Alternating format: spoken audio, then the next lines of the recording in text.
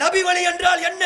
நபிகள் நாயகம் ஸல்லல்லாஹு அலைஹி வஸல்லம் அவர்கள் சொன்னார்கள், பக்கத்து வீட்டில் ஒருவன் பசியோடு இருக்கக்கூடிய நேரத்தில் வயிறார நீ உண்பாயே, ஆனால் நீ என்னை சார்ந்தவன் இல்லை என்று சொன்ன இந்த மார்க்கத்தில் இருக்கக்கூடியவர்கள் மற்றவர்களுடைய அழுகையை, மற்றவர்களுடைய அழுகுரலை, மற்றவர்களுடைய வேதனையை பார்த்து கொண்டு அமைதியாக இருக்க முடியாது. அதனால் அவர்கள் களத்திற்கு வந்தார்கள்.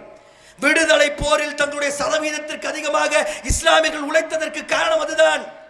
அந்த விஷயத்தை பார்த்துவிட்டு ஒரு பத்திரிகையாளர் சொன்னார், ரொம்ப காலமா சொல்லிக்கிட்டு இருந்தாங்க இஸ்லாமியர்கள் தங்களுடைய சதவீதத்துக்கு அதிகமா போராடினாங்கன்னு. இன்னைக்கு தான் அதை நம்புறேன். இந்த சுதந்திர போராட்டத்தில் அவங்க பங்கு எடுத்திருப்பாங்க. ஏன்? சுனாமியில வெளியே வந்துட்டானே, கொரோனா காலத்தில் வெளியே வந்துட்டானே, பெரு வெள்ளத்தின் போது வெளியே வந்துட்டானே, மற்றவர்கள் எல்லாம் ஒதுங்கி இருக்கக்கூடிய நேரத்தில் இவர்கள் களத்தில் வந்ததற்கு காரணம் என்னவென்று புரிந்தது. காரணம், அவர்கள் இஸ்லாத்தை நம்புகிறார்கள், தன்னுடைய இறைவனுடைய கூலியை விரும்புகிறார்கள், மனிதர்களினுடைய வெகுமதியை எதிர்பார்க்காமல் மரணத்திற்கு பிறகு இருக்கக்கூடிய கூலியை இந்த கூட்டம் எதிர்பார்க்கக்கூடிய ஒரு காரணத்தினால் களத்தில் இறங்கி இந்த கூட்டம் உழைக்கிறது.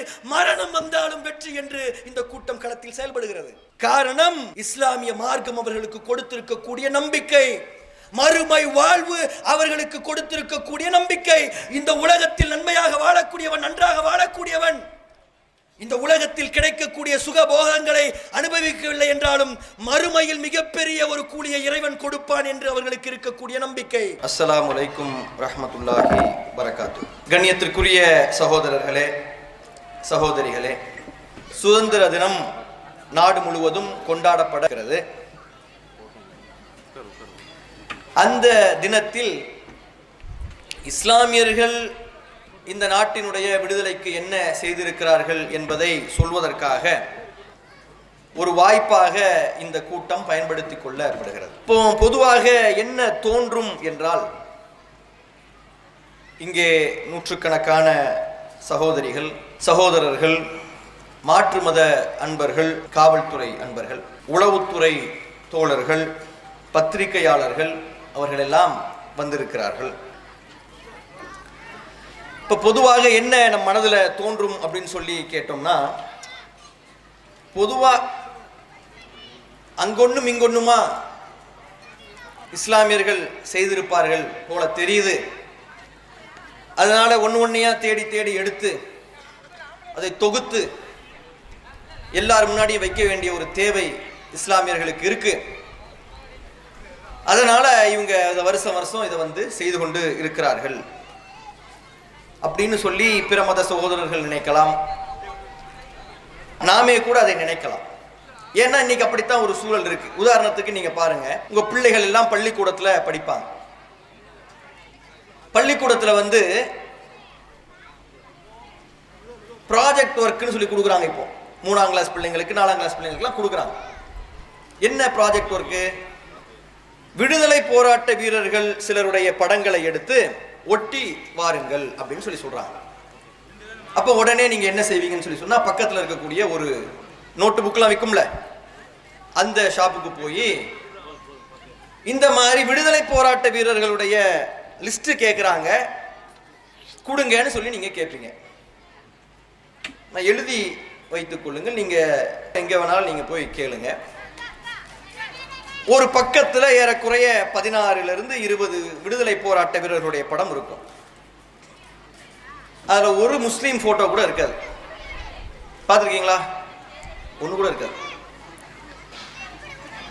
ஒரு 10 விதமானதை வாங்கினீங்கன்னா அதுல எங்கேயாவது ஒரு மூலையில மௌலானா அபுல் கலாம் ஆசாத்ன்ற போட்டோ இருக்கும். ஒருவேளை இஸ்லாமியர்கள் அவ்வளவு குறைவாகத்தான் செய்திருப்பார்கள் போல தெரிகிறது. அதனால தான் அப்படி போடுறாங்க அப்படின்னு சொல்லி நம்முடைய உள்ளம் சொல்லும். வரலாற்று பாட புத்தகங்களும் அதைத்தான் இன்று பேசிக்கொண்டு இருக்கின்றன. ஆனால் உண்மை நிலவரம் என்ன என்பதை நாம் அறிந்து கொள்வோமேயானால், நம்முடைய ரத்தம் கொதிக்கும், கண்கள் பனிக்கும், கோபம் கொப்பளிக்கும். ஏன் இந்த துரோகம் என்று உங்களுடைய உள்ளம் உங்களை நோக்கியே கேட்கும். ஏனென்றால் இந்தியாவினுடைய விடுதலைக்காக இஸ்லாமியர்கள் செய்தது கொஞ்ச நஞ்சம் இல்லை. ஒரு சிலர் நினைக்கலாம், இஸ்லாமியர்கள் வழக்கம் போல இப்ப பெண்கள் எல்லாம் ஹிஜாப் அணிந்து வந்திருக்கிறார்கள். இஸ்லாமிய பெரியவர்கள் எல்லாம் தாடி வைத்துக் கொண்டு தொப்பியோடு ஒரு சிலர் இருக்கிறார்கள். அவரவர்கள் அவரவருடைய வணக்க வழிபாடுகளில் அவங்க வீடு அவங்க குடும்பம் என்று இருக்கிறாங்க அமைதியா. அது அவங்களுடைய மார்க்கத்தில் சொல்ற மாதிரி தொழுதுகிட்டு அவங்க இருந்துப்பாங்க என்கின்ற ஒரு கோணத்தில் கூட ஒரு சிலர் நினைக்கலாம். அவங்க பெருசாலாம் விடுதலை போராட்டத்திற்கு எதுவும் செய்திருக்க மாட்டார்கள் என்று நாம் நினைக்கலாம். இஸ்லாமிய பெண்கள் பொதுவாகவே வீட்டை விட்டு வெளியே வராதவங்க. அவங்களுடைய விஷயங்களைத்தான் செய்யக்கூடியவர்கள். அதனால அவங்க விடுதலை போராட்டத்தில் கலந்திருக்க மாட்டார்கள் என்று கூட நாம் நினைக்கலாம். ஆனால் குஷ்வந்த் சிங் என்று சொல்லக்கூடிய ஒரு மிகப்பெரிய எழுத்தாளர் இல்லஸ்ட்ரேட்டட் வீக்லி என்கின்ற ஒரு புத்தகத்தில் எழுதுகிறார், இந்தியாவினுடைய விடுதலை இஸ்லாமியர்களுடைய இரத்தத்தினால் தான் சாத்தியமானது என்று எழுதுகிறார். இந்தியா என்கின்ற இந்த நாடு இன்று விடுதலை பெற்றிருக்கிறது என்றால் அதற்கு காரணம் இஸ்லாமியர்களுடைய இரத்த துளிகள் என்று அவர் சொல்லி இருக்கிறார். இந்தியாவினுடைய விடுதலைக்கு இஸ்லாமியர்கள் பங்காற்றியது போல் இங்கே இருக்கக்கூடிய எந்த சமுதாயமும் பங்காற்றவில்லை என்று அவர் பதிந்திருக்கிறார். இஸ்லாமிய சமுதாயம் தன்னுடைய சதவீதத்திற்கும் அதிகமாக இந்த நாட்டினுடைய விடுதலைக்காக போராடியது என்று அவர் எழுதி வைத்து சென்றிருக்கிறார். நீங்கள் எந்த போராட்ட வடிவத்தை எடுத்துக்கொண்டாலும் அந்த போராட்ட வடிவத்தில் எல்லாரை காட்டிலும் முன்னணியில் இருந்தது இஸ்லாமியர்களாகத்தான் இருந்தார்கள். இந்த நாட்டினுடைய விடுதலைக்காக பல 100 ஆண்டு காலமாக போராடி கொண்டிருக்கக்கூடிய ஒரு சமுதாயமாக இந்த சமுதாயம் இருந்து கொண்டு இருக்கிறது. போர்ச்சுகீசியர்கள் இந்த நாட்டிற்கு உள்ளே வருவதற்காக எத்தனித்த போது 1490களிலேயே களமிறங்கி போராடிய சமுதாயம் இஸ்லாமிய சமுதாயம். மலபார் கடற்கரைகளுக்குள்ளே போர்ச்சுகீசியர்கள் நுழைவதற்காக முயற்சி செய்யக்கூடிய நேரத்தில் அகமது குஞ்சாலி மரைக்காயர் என்று சொல்லக்கூடிய ஒரு இஸ்லாமியனுடைய தலைமையில் ஒரு படை அமைத்து போரிடப்பட்டது. அவர்கள் சொன்னார்கள், எக்காரணம் கொண்டும் எதிரிகளை எங்களுடைய நாட்டிற்குள் அனுமதிக்க மாட்டோம். எங்களுடைய ரத்தம் இந்த நிலத்திலும் அந்த கடலிலும் சிந்தி ஒட்டுமொத்த நிலமும் கடலும் ரத்த சகதியாக மாறினாலும் எதிரிகள் உள்ளே வர அனுமதிக்க மாட்டோம் என்று 400-500 வருஷத்துக்கு முன்னாடி பேசிய சமுதாயம் இன்றைக்கு வரலாற்று பாட புத்தகத்தில் பெயர் நினைவு கூறக்கூட வக்கில்லாத ஒரு இடத்தில் இருந்து கொண்டிருக்கக்கூடிய அவமானத்தை தாங்க முடியாமல் தான் வருடம் இப்படி நாங்கள் செய்த தியாகத்தை, எங்களுடைய மூதாதையர்கள் செய்த தியாகத்தை, எங்களுடைய முன்னோர்கள் செய்த தியாகத்தை பட்டியல் போட வேண்டிய ஒரு கேவலமான நிலைக்கு இந்த இஸ்லாமிய சமுதாயம் தள்ளப்பட்டு இருக்கிறது. உலகில் வேறு எந்த சமுதாயமாவது இப்படிப்பட்ட விஷயங்களை செய்திருக்குமேயானால் அவர்கள் தலையில் தூக்கி வைக்கப்பட்டு கொண்டாடப்பட்டிருப்பார்கள். ஆனால் இன்று இந்த சமுதாயம் இந்த நிலையில் இருந்து கொண்டிருக்கிறது. நினைவு கூறுவதற்காக ஒரு நிகழ்ச்சி நடத்தக்கூடிய அளவிற்கு.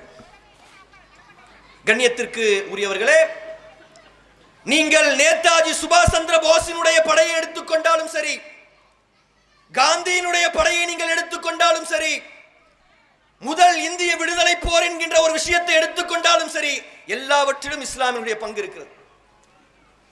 முதல் இந்திய விடுதலை போர்னு சொல்லி இன்னைக்கு வரலாற்று பாட புத்தகங்கள் என்ன சொல்லுதுன்னு சொல்லி கேட்டா, 1857 மங்கள் பாண்டே என்பவருடைய தலைமையில் சுதந்திர போராட்டம் நடந்தது என்று இன்றைய பாட புத்தகங்கள் சொல்கிறது. ஜான்சி ராணி என்று பேசுகிறது.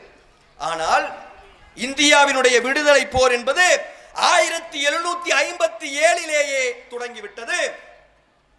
100 வருஷத்துக்கு முன்னாடி சிராஜுத் தௌலா என்கின்ற ஒரு இஸ்லாமிய அரசன் அந்த ஆங்கிலேயர்களுக்கு எதிரான ஒரு யுத்தத்தை தொடங்கினான்.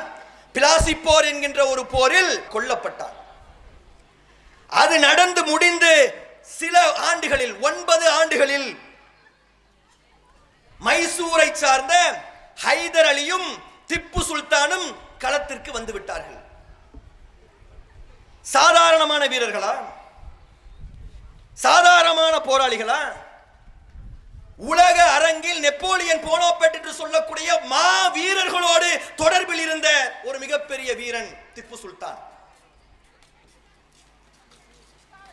தன்னுடைய எதிரியால் மதிக்கப்பட்ட ஒரு மனிதன். எப்ப ஒரு எதிரி மதிப்பான் தெரியுமா?